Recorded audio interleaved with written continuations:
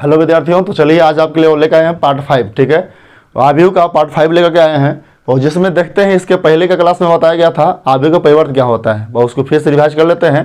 देखिए, आव्यूह का परिवर्त बताए थे कि जब किसी आव्यूह में पड़े का अवयव खड़े में लिखते हैं, खड़े का अवयव पड़े में लिखते हैं, तो उस आव्यूह को हम आव्यूह का परिवर्त कहते हैं, जो मुख्यतः दो तरह से होता है। एक बताया था बाबू आपको कि समसम्मित होता है और एक विषम सम्मित होता है। यदि आप डैश निकालते हैं और वही आव्यूह मिल जाए तो उसको समसम्मित कहते हैं, और डैश निकालते हैं और वह आव्यूह का ठीक सा माइनस मिले, जैसे ए डैश निकालते हैं और माइनस ए मिले, तो उसको हम लोग सब बोलते हैं विषम सम्मित आव्यूह कहते हैं। कुछ गुणधर्म बताए थे, जैसे कि ए बी के होल डैश पूछेगा तो बी डैश और फिर ए डैश कहते हैं सर, उसका फॉर्मूला होता है। और कहते हैं यदि ए के पावर डैश की संख्याएं सम बार हो तो आंसर होता है ए, और ए के पावर डैश विषम बार हो तो उसका उत्तर होता है ए डैश। ठीक है, और कुछ गुणधर्म से हम लोग ए बी के होल डैश बराबर बी डैश ए डैश भी सिद्ध करना सिखाए थे। और इसके बाद भी हुआ था आपका प्रश्न में, तो वो कहे थे कि किसी आव्यूह को समसम्मित और विषम सम्मित के आव्यूह के एक रूप में लिखना है तो कैसे लिखाता है वो भी बता दिया था वो। ठीक है, तो चलिए वो आज चलते हैं हम लोग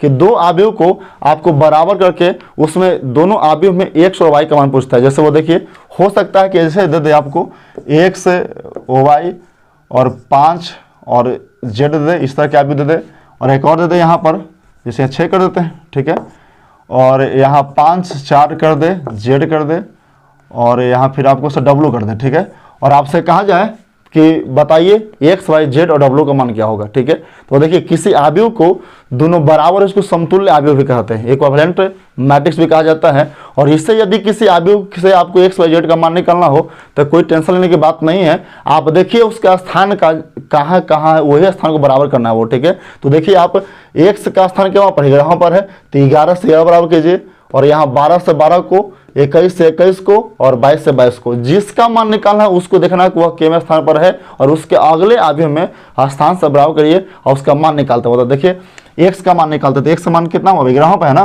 तो एक्स का मान कितना हो जाएगा 5 है ना, 11 से 11, एक्स का मान कितना हो जाएगा 5। और एक वाई का मान बताइए तो कितना होगा, वो 4 हो जाएगा है ना, एक्स का मान 5 और वाई का मान 4। इसी तरह से नीचे आइए तो मान निकालते हैं जेड का, तो जेड आखिर है क्या वहाँ पर, जेड 6 तो ना होगा, जेड 21 पर है सर, तो यहाँ 21 देखिए, तो जेड का मान कितना होगा 5। और यही तरह से डब्लू का मान निकालते हैं, तो देखिए डब्लू कहाँ पर है, 6 पर है, तो 6 देखिए 22 पर ये भी था डब्लू, और यहाँ 22 पर था, तो डब्लू का मान कितना हो जाएगा 6। ठीक है बाबू, तो यह आपको इस तरह से किसी आव्यूह में समतुल्य हो तब मान निकालना होता है। कहीं से इतना आसान तो नहीं देखे, इतना आसान रहता भी है, इतना तो थोड़ा सा इससे टफ भी रहता है। तो देखिए थोड़ा सा और टफ कैसे कर सकता है, हो सकता है ना कि आप याद कीजिए 10वां क्लास का समीकरण का नियम सर, जहाँ पर आप किसी समीकरण को हल करने के मुख्यतः 6 विधियां हल किए थे, जैसे कि लुप्तकरण विधि, अनुपात निर्णय विधि, प्रजनन विधि, ग्राफी विधि, अन्य विधि और भी था, जिस आप विधि से किसी इक्वेशन को हल करते थे और एक्स वाई का मान निकालते थे।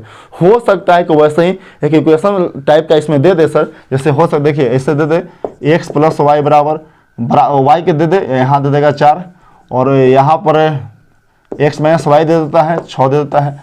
एक इसके बराबर में आव्यूह दे दे, उस आव्यूह का मान हो सकता है कि 8 है, यहाँ पर 6 है, और फिर 4 और 6। ठीक है, इस तरह के एक आव्यूह दे दे, आप बोले कि एक्स वाई का मान निकालिए। ठीक है, तो वो देखिए आप सोचिए कि जैसे इसके पहले क्वेश्चन आप हल किए थे तो उसमें एक्स को एक्स बराबर किए थे स्थान से, 11 को 11 से, और 12 को 12 से, 21 को 21 से, 22 को 22 से। लेकिन इसमें आप देखिए यदि उससे बराबर करते हैं क्या एक्स वाई का मान निकल पाएगा, नहीं निकल पाएगा वो। तो देखिए ये आप 21वां को बराबर पहले कीजिए, एक्स प्लस वाई बराबर कितना 8 है, जिसको समीकरण फर्स्ट मान लीजिए आप, जैसे 10वां मानते थे।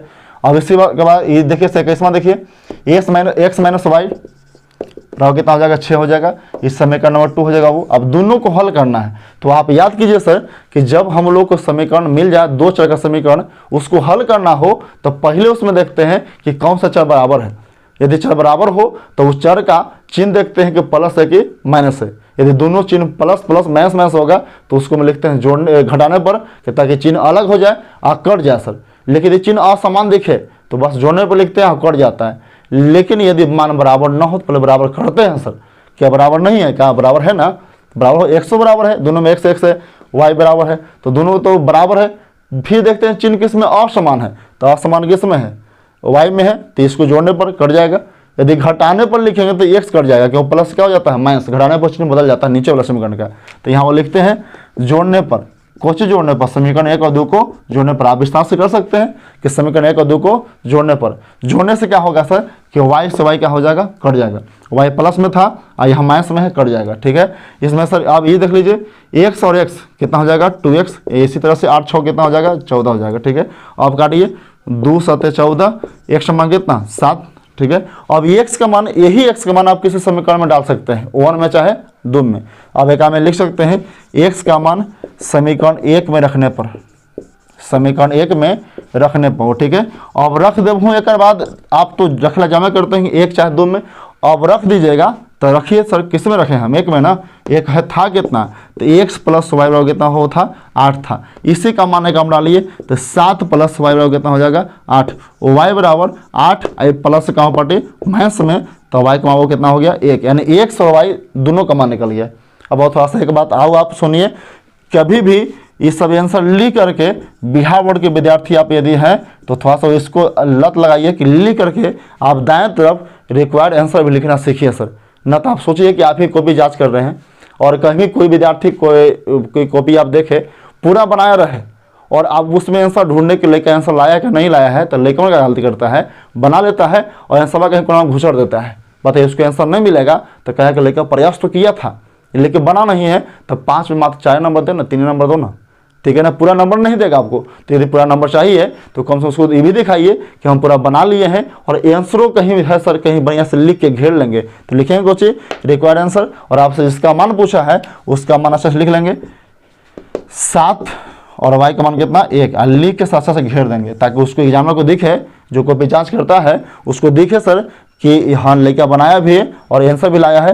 107 है, y बराबर कितना है 1 है। ठीक है, तो इस तरह से यदि कोई समीकरण हमको दे दे और समीकरण से x y का मान निकालना हो तो वो आप पहल का विधि लुब्धीकरण या ब्रजगुणन प्रतिस्थापन कोई विधि का आप हल कीजिए, यदि आवश्यकता का पूर्ति कीजिए सा उससे आप x y का मान निकाल सकते हैं। ठीक है, और बाबू देखिए इसके बाद एक और क्वेश्चन देखते हैं जो एनसीईआरटी में सर आपको दिया हुआ है। ठीक है ना, एनसीईआरटी क्वेश्चन को देख लेते हैं। इस तरह से बाबू आप बनाइएगा क्वेश्चन, उम्मीद है सब बनेगा आपसे, यदि बनता तो ठीक है सर, ना तो बाकी आप कमेंट कीजिएगा, उसमें जो क्वेश्चन आपको छूटा रहेगा उसको फिर से बनाएंगे सर। ऐसे एनसीईआरटी के क्वेश्चन प्रत्येक क्वेश्चन को छोड़ेंगे नहीं, सब बना देंगे। ठीक है, और देखिए इसमें एक बाद फिर आपको क्वेश्चन आ सकता है तो देखिए लिख देते हैं। और देखिए ऐसे रहेगा आपका, ऐसे आपको इसमें क्वेश्चन एनसीईआरटी का x plus y plus z, y plus z, x plus z. ठीक है, मान निकले तो यही पर कष्ट होगा सर, बाकी हम बताएं इस तरह से यदि बेसिक ध्यान दिए होंगे तो सब बन जाएगा। ये क्वेश्चन में कहीं प्रॉब्लम होता है सर, तो देखिए ऐसे दे करके आपको यहाँ दे दे 12 4 3 दे दे। ठीक है, और इससे आपसे बोले कि एक्स वाई जेड का मान निकालिए, देखने में लग रहा है बड़ा भयंकर है यार, में 3 गो चर है, एक्स वाई जेड है कम 2 को है कम 2 है, निकालने में बड़ी मुश्किल होगा। ऐसा कोई बात नहीं सर, आसानी से बन जाएगा। तो देखिए ऊपरला देखिए पहले बताया था बराबर करना है, इस सभी स्थान को 11 13 को बराबर करना है, एक ही कॉलम है ना, तो यहाँ 11 है, यहाँ 21 है, 31 है, सब बराबर कीजिए। X plus y plus z बराबर कितना होगा 12। उसी तरह से इसमें आइए, वाई प्लस जेड बराबर कितना हो जाएगा 4, एक्स प्लस जेड बराबर कितना हो जाएगा 3। ठीक है, वही आपका जो हुआ इसमें आपको मान निकालना है एक्स वाई जेड का, एकदम इजी हो। देखिए तो एक्स है, चलते इससे पहले चलते हैं, वाई प्लस जेड का कहीं मान आपको दिख रहा है, देखिए यहाँ 4 है सर, रख दीजिए 4 बराबर कितना हो जाएगा 12। एक्स बराबर 12 आई प्लस से कहाँ पड़ जाएगा माइनस में, मान कितना हो गया 8, हमारा एक्स का मान मिल गया सर। अब इसके बाद हमको निकालना है और भी वाई और जेड का मान निकालना है, तो हमको एक्स का मान निकल गया है तो पहले यहाँ से नहीं पहले वहाँ चलिए, उसका मान पहले वहाँ डालिए सर। देखिए कितना हो जाएगा 8 प्लस जेड बराबर कितना 3, जेड बराबर 3 आई प्लस कहाँ जाएगा ऊपर बाबू माइनस में, तो 3 माइनस कितना हो जाएगा 8, जेड का मान कितना होगा -5। ठीक है, अब जेड का मान भी मिल गया, अब हमको एक वाई का मान बच रहा है सर। ठीक है, तो इसका मान डाल दीजिए यहाँ, वो वाई और -5 बराबर कितना 4, वाई बराबर 4 माइनस से बटे प्लस में और वाई का मान कितना हो जाएगा 9। ठीक है, अब एक्स वाई जेड का मान तैयार है, तो आपको बताए भी थे कि उसी तरह से रिक्वायर्ड आंसर सर लिख करके और उसको अच्छा से घेर दीजिए ताकि एग्जामिनर को दिखे, जो कॉपी जांच करता है उसको भी दिखे कि कि सर लड़का बनाया है और आंसर भी ला दिया है, -5 लिख से घेर लेंगे। उम्मीद है वो समझ में आया होगा। जैसे ये आपको आंसर में मिलेगा सर, डम यही क्वेश्चन मिलता है, थोड़ा सा हो सकता है कि अंकवा चेंज हो, ना तो बाकी हूबहू से यही क्वेश्चन में है। ठीक है, x + y + z, पहले इस सब के बराबर कर लेते हैं, y + z का मान डाल दिए, जिससे x का मान कितना आया 8 आया। उसी तरह से यही x का मान पूरा यहाँ फिर डालें, जिससे आपको z का मान कितना हो -5 आया, और इसका मान फिर यहाँ पर डालें तो फिर आपका y का मान कितना है 9 आया। इस तरह से बाबू आप इसमें x y z का मान निकाल सकते हैं। ठीक है, और इस तरह से बाबू एक में एक और क्वेश्चन देखते हैं जो समीकरण टाइप से पूछता है। ठीक है ना, उम्मीद करता हूँ ये वाला आपको समझ में आ रहा होगा। और ऐसा कोई भी प्रश्न आप कहीं क्वेश्चन बैंक से बना रहे होंगे या कहीं भी कोई बुक से बना रहे होंगे बराबर करके, तो यदि दिक्कत हो रहा होगा बाबू ना तो पूछेगा थोड़ा सा। ठीक है, इसके लिए सर एक क्वेश्चन आओ देख लेते हैं जो आपको सता सकता है, सर सताएगा विशेष। देखिए एक बात थोड़ा सा बाबू, गुना करिएगा ना तो जो क्लास 11th का नहीं किए हैं तो गुना करने में आपको एक दो चीज़ का काम आता है। जैसे आपको कहीं दिख जाता है आई, तो आई स्क्वायर का मान होता है -1। कहीं आप गुना कर रहे हैं कि दो अवयव के बीच में ना, गुना करने में कहीं आपको छोटकी आई दिख जाए तो आई स्क्वायर का मान कितना होता है -1 होता है। यदि कहूँ दिख जाए 1 + ω+ω², इसका मान सर 0 होता है। ठीक है, और कहीं आपको अगर मिल जाए ω3 तो इसका मान 1 होता है। इसकी सहायता से सर आप मान निकाल लीजिएगा। लीजिए स्क्रीनशॉट, फिर इसको हमसे मिटा रहे हैं, आगे चलते हैं क्वेश्चन में। बताए इस जब एक भी गुना करिएगा तो 3 एक्स्ट्रा चीज आएगा जो ब्राह्मा में इग्रामा पढ़ना है। ठीक है, और इसको सहायता से आप गुना करते हैं तो सर गुना भी आपको संभव होगा। गुना में फिर कोई समस्या नहीं होगा। आप हमारा क्लास के पूरा बेसिक कर लीजिए, आप फिर अगर किसी किताब से बनाते हैं तो सब आप सब बनेगा सर। ठीक है, चलिएगा मैं क्वेश्चन एक और देख लेते हैं जो समीकरण टाइप से पूछता है। जैसे कि पहले इक्विवेलेंट कहीं देख लेते हैं। बहुत है एक क्वेश्चन देगा इसे x - y दे देगा। ठीक है, और हो सकता है यहाँ 5 दे दे 4xy। ठीक है, और फिर आपको दे देगा, यहाँ पर चलते हैं बहुत 8 दे देता है, 4 देता है, 5, और सपोज लेते हैं सर यहाँ 2 दे देता है। ठीक है, और आपसे बोला जाता है कि x y का मान निकालिए। तो ठीक है, इसके लिए भी एक अलग फॉर्मूला चाहिए सर। देखिए हमारा नियम था, हमको काम था मैट्रिक्स सिखाना। अब मैट्रिक्स से पहले क्लास नहीं किए हैं तब यहाँ परेशानी आ सकता है। यदि गुना भाग आप नहीं जानते हैं तो दिक्कत हो सकता है। ठीक है, जैसे देखिए इसमें आपको 9th का एक फॉर्मूला काम आता है बाबू। ठीक है ना, तो देखिए जैसे कि आप एक हो सकता है कि मान निकालने के बोले x y का, तो आसान है। पहले सोचिए, पहले 11 से 11वां स्थान पर है, यहाँ 11वां पर कितना है 8 है, तो पहले उस स्थान से उसका मान बराबर कर दीजिए। x - y बराबर कितना हो जाएगा 8। समीकरण फर्स्ट हो गया। ठीक है, अब चलिए बाबू, तो x y और कहाँ दिख रहा था, यहाँ दिख रहा है, ये क्या पर है 22वां पर है, तो 22 से 22 को बराबर कीजिए आप। x y बराबर कितना कर लेते हैं 2 कर लेते हैं। ठीक है, अब हम यदि सोचते हैं सर तो आपको x y और x - y से मान निकालना थोड़ा सा टफ हो जाएगा।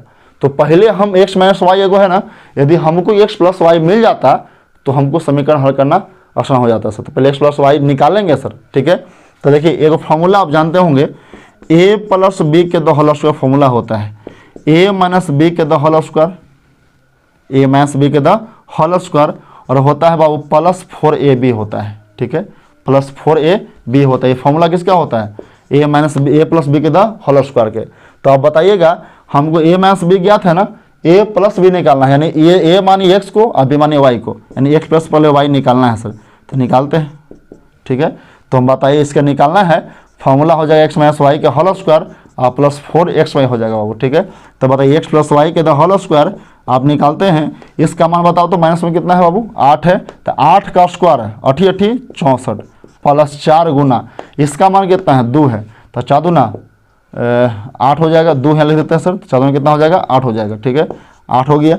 x + y, ठीक ना, x + y का स्क्वायर है सर, तो स्क्वायर से कहाँ पड़ जाएगा रूट में जाएगा, तो हो सकता है देखिए 64 है ना, तो 72 हो जाएगा। ठीक है, x + y का मान हो गया। अब इसी तरह से आप समीकरण a1 और 2 हल करते हैं, यहाँ लिखेंगे समीकरण 1 और 2 से, 1 और 2 से। ठीक है, और इसके बाद आपको यदि समीकरण अच्छा वाला मिल जाता है बराबर 8 है, x + y बराबर कितना है √72 है। ठीक है, इसके बाद आप हल कर सकते हैं। तो कहिए सर √72 आगे कैसे हल होगा, तो अब हम बताएं किस तरह से हो सकता है, लेकिन ऐसे ही एकदम क्वेश्चन इतना टफ दे दे ऐसा नहीं है सर। आपको x माइनस वाई बराबर 8 और x प्लस वाई बराबर 72 आएगा, तो इसको कैसे हल करते हैं हम पहले बताएं।